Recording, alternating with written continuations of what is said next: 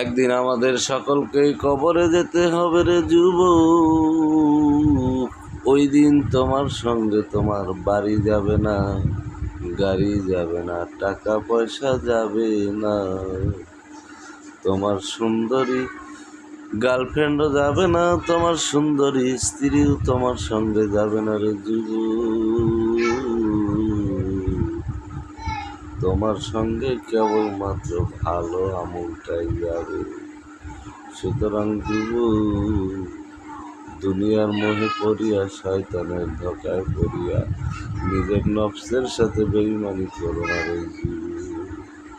এখনো সময় আছে ও দুস্থ বুজুর্গ, এখনো সময় আছে। কবরের কথা স্মরণ করে, মৃত্যুর কথা স্মরণ করে আল্লাহ ও রাসূলের দেখানো পথে ফিরে আসো। এতেই তোমার মঙ্গল হবে ইহকাল ও পরকালে। একদিন আমাদের সকলকেই কবরে যেতে হবে রে যুবক।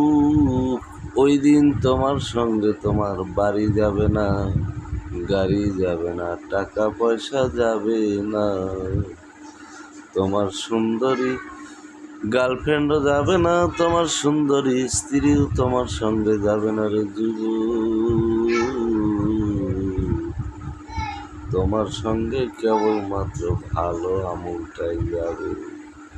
সুতরাং যুবক, দুনিয়ার মোহে পড়িয়া শয়তানের ধোঁকায় পড়িয়া নিজের নফসের সাথে বেঈমানি করো না রে যুবক।